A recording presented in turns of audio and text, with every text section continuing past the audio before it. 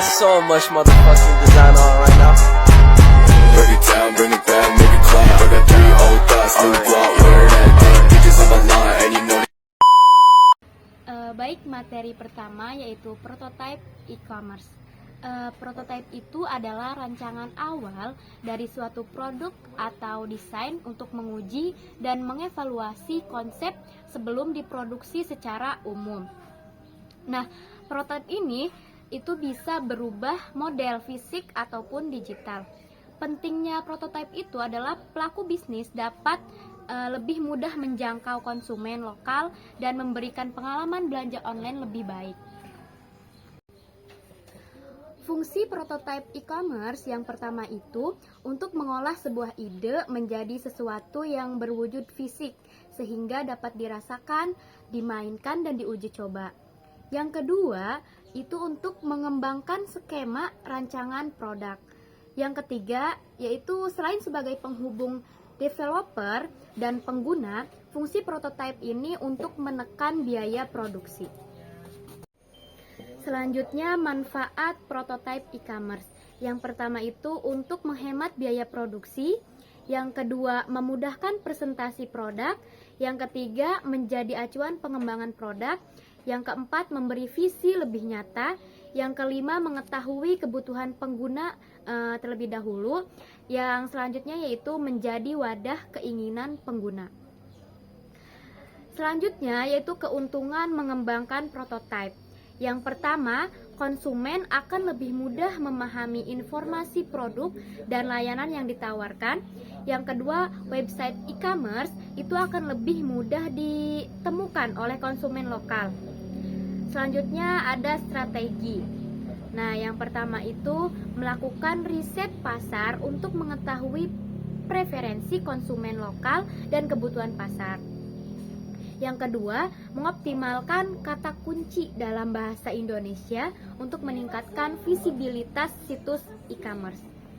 Yang ketiga yaitu menyediakan layanan pelanggan dalam bahasa Indonesia untuk memudahkan konsumen dalam melakukan transaksi online. Selain itu, para pelaku bisnis juga dapat mengembangkan fitur-fitur baru yang disesuaikan dengan kebutuhan.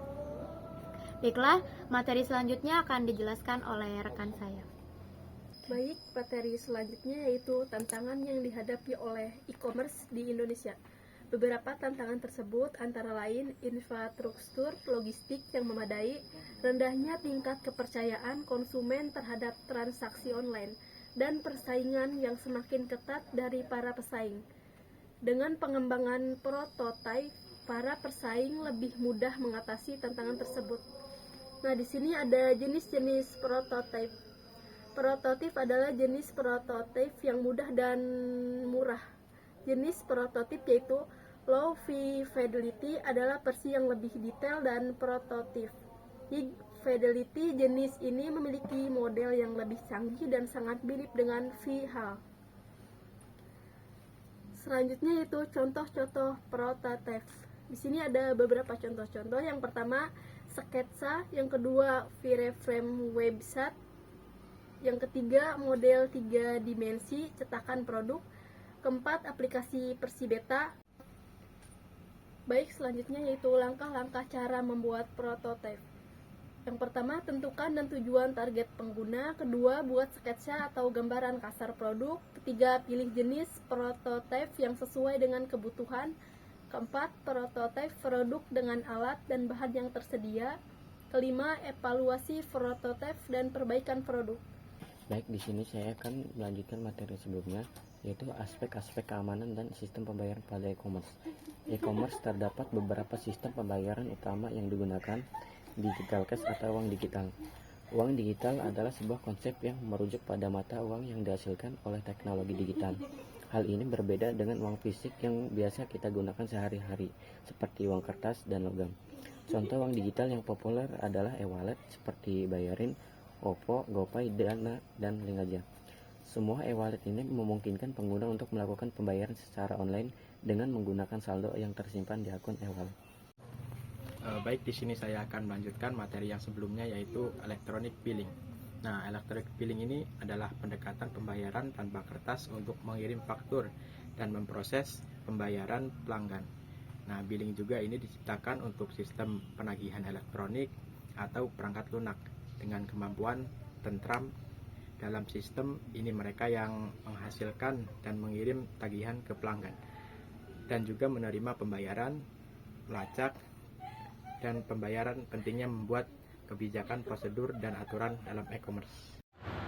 Di sini saya akan menjelaskan materi tentang konsep dasar internet marketing. Konsep dasar internet marketing juga dikenal sebagai pemasaran digital adalah praktik mempromosikan produk atau layanan melalui internet menggunakan berbagai strategi dan teknik. Elemen kunci dari internet marketing meliputi Search Engine Optimization atau SEO, optimasi konten, dan struktur situs web untuk meningkatkan mesin pencarian seperti Google. Konten marketing, pembuatan dan distribusi konten berharga untuk menarik dan melibatkan audiens. Sosial media marketing menggunakan platform media sosial untuk mempromosikan produk atau layanan dan membangun komunitas. Yang selanjutnya adalah yaitu menentukan tujuan marketing. Menentukan tujuan marketing adalah langkah penting dalam menyusun strategi pemasaran yang efektif.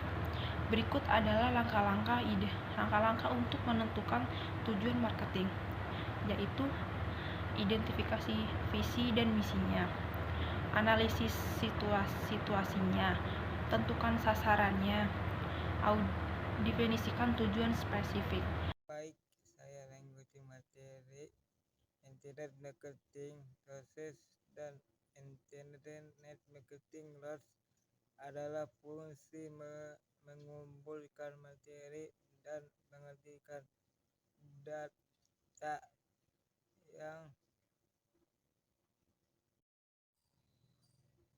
kait dengan pasal dan anggaran untuk membuat keputusan pemasaran yang lebih baik. Ciri-ciri internet marketing: software online menggunakan personel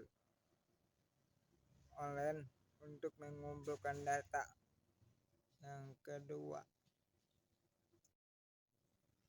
relasi media sosial, percakapan dan relasi di media sosial. Yang ketiga, wawancara mengumpulkan wawancara mendalam suatu diskusi kelompok atau wawancara. Yang keempat, uji A/B membandingkan dua konten atau iklan. Cukup dari saya. Assalamualaikum warahmatullahi wabarakatuh.